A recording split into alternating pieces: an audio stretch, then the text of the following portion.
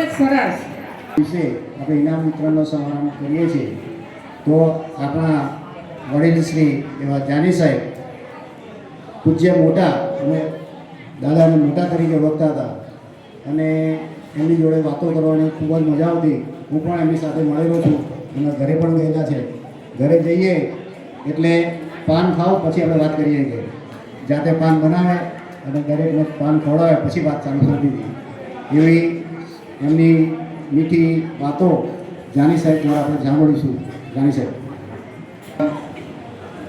કંદુરા Vidyasabha trustee Shri Chandrabhai, પ્રમોદભાઈ, Amin Patel સાહેબ,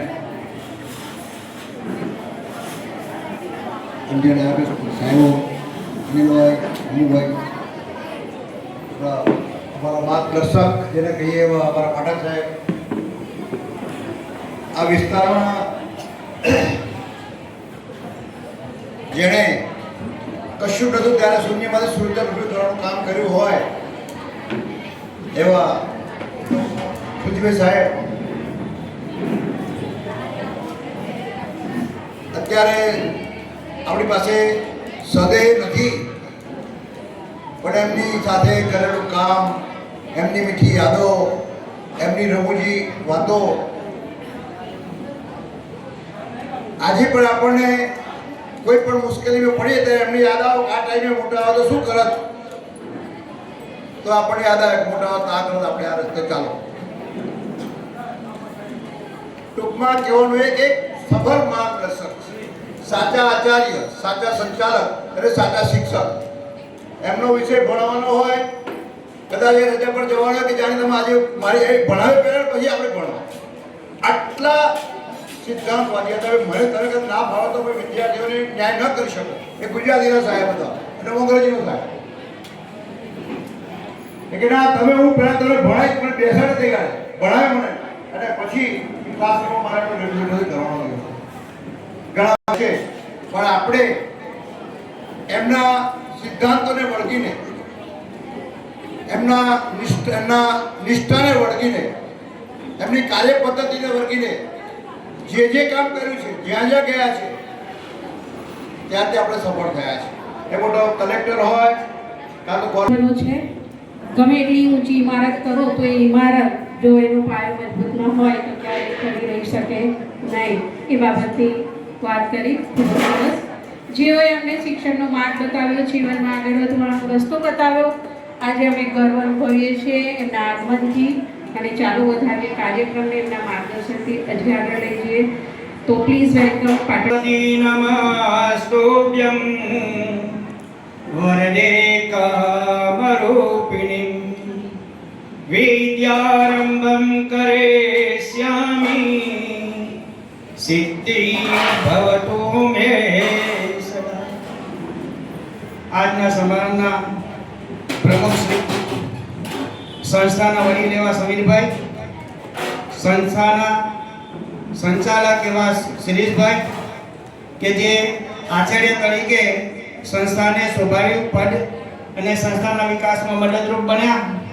સાથે એવા ડીઓ કચેરીના રિટાયર ઓફિસર જે ખંડપૂર્વક, નિષ્ઠાપૂર્વક અને સાચા કર્મયોગી એવા એક અમારા ઓફિસર હતા, એનું પટેલ સાહેબ.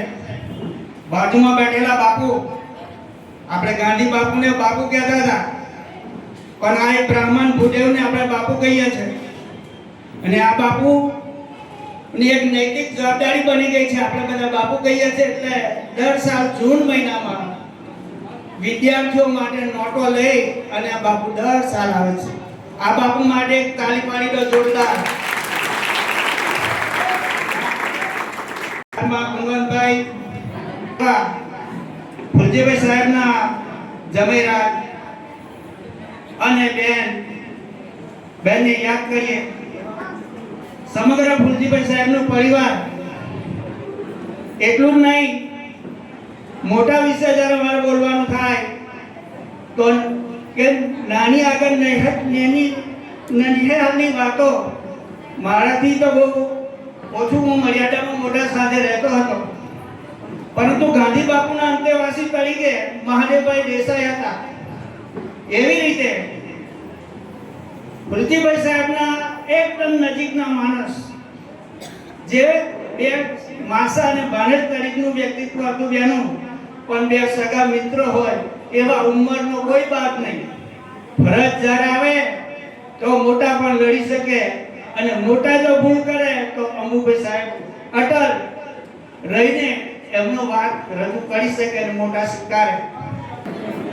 જે કેનેડા બેંકના અધિકારી છે, છોકરાઓ આવા ધ્યાન ઘણા રહેશે.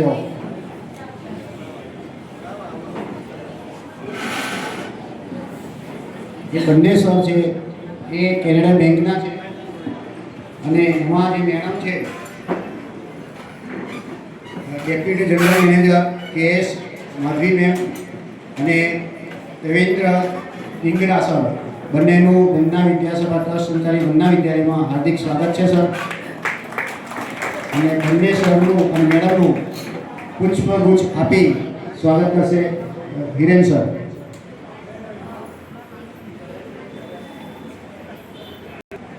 તાળીઓ બોલાવી દઈશું.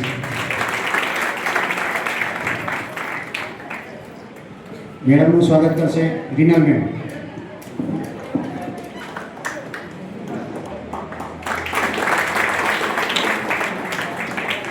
આપને એવું થશે કે આ બે સર ક્યાંથી આવ્યા, કેવી રીતે આવ્યા, તો એનો યશ જિજ્ઞેશભાઈને જાય છે કે જે આપની શાળા માટે કુલરની વ્યવસ્થા કરવાની હતી એનું સંપૂર્ણ ડોક્યુમેન્ટરીથી માંડી અને કુલર લાગે ત્યાં સુધીની સંપૂર્ણ જવાબદારી જિજ્ઞેશભાઈ નિભાવી છે. અને એમના સર દ્વારા જે મળ્યું છે એમના સ્વાગતનો ખૂબ ખૂબ આભાર સાહેબ, કે જે અમારા બાળકો છે એ ઠંડુ પાણી પીશે અને આપને યાદ કરીશું એ ખૂબ ખૂબ આશા સાથે. ધન્યવાદ સર. ગરમી હોય એટલે બપોરે કુલર બરાબર ચાલતું નહોતું, 2-3 વાર રિપેર કરાયું પણ વ્યવસ્થિત કંઈ રિપેર થતું નહોતું, એટલે પાણી ગરમનું ગરમ આવતું હતું. એટલે છોકરાઓ શું કરે, પછી પાણી પીએ, અડધું દોડી દે, પછી બહાર જાય, બોટલ લાવે, અમે જગ મંગાવીએ, ઘણી મુશ્કેલીઓ પડતી. આ ચર્ચામાં જિજ્ઞેશભાઈના કોન્ટેક્ટ બહુ સારા હતા, એટલે જિજ્ઞેશભાઈનો પહેલાં આપણે શાળા વતી હું આભાર માનું છું. એમણે ખૂબ સરસ કામ કર્યું. જે અહીંયા અધિકારીઓ શ્રી આવેલા છે, જેમને આપની આ જે ગ્રાન્ટ છે કુલરની એ ત્વરિત મંજૂર કરી દીધી, અને વિધિના 15 દિવસની અંદર જ આપને ત્યાં કુલર પણ આવી ગયું અને ઠંડુ પાણી પણ ચાલુ થઈ ગયું. વિધિવત ઉદ્ઘાટન બાકી છે મેડમ, હજુ આપણે વિધિવત ઉદ્ઘાટન કરીશું, પણ છોકરાઓની લાગણીને ધ્યાનમાં રાખીને મેં એકવાર એમને ઠંડુ પાણી આપવાનું સ્ટાર્ટ કરી દીધું છે, પણ વિધિવત આપણે તમારું ઉદ્ઘાટન એ આપણે ફરીથી કરીશું. તો બહેનો, શિક્ષક ભાઈ બહેનો, વાલી મિત્રો, બાળકો, આમ તો હું પણ સ્કૂલનો માણસ, પણ આપણે પીરિયડ પૂરો કરીએ નહીં, સમયની મર્યાદાને ખ્યાલ રાખીશું. પણ મારી સ્કૂલની અંદર HJ પરીખ મળેલા સ્કૂલમાં એક ઇકોટેપની નોકરીએ લાગ્યો. એનો મતલબ કે હું ફૂલજીભાઈ સાહેબ સાથે ઇકોટેપની સાલથી હું ત્યાં સત્સંગમાં આવ્યો. ધીમે ધીમે એટલે ઇન્ડિયનમાં આવ્યા, એટલે થોડોક વધારે પરિચયમાં આવ્યો. પણ એમણે જે તે સમયે આ જે સ્કૂલ શરૂ કરી હતી, ત્યાર પછી પૈસાનું કલેક્શન કેવી રીતે કરવું, એમણે જે કેવો વિસ્તાર હતો માનેના વાડામાં, એ વાડાની અંદર જે સ્કૂલ શરૂ કરેલી એ બધી જ વસ્તુ મેં પોતે જોયેલી છે, મેં પોતે જોયેલી છે આખો પરિચય. એટલે ફૂલજીભાઈ સાહેબને હું પોતે પણ એમને નમન કરું છું. આ જ વસ્તુ અહીંયા શાળા આવી, હું દર વર્ષે ભારત વિકાસ ચોપડા હું નથી આપતો, ભારત વિકાસ પરિષદ અમારી સંસ્થા આપે છે, અને અમારે પણ લોકોને મદદ કરવાની હોય છે.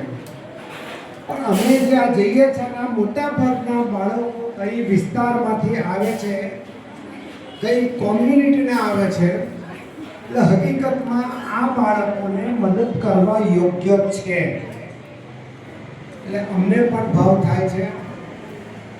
ટ્રસ્ટી મંડળ પણ બહુ સરસ સેવા કરે છે.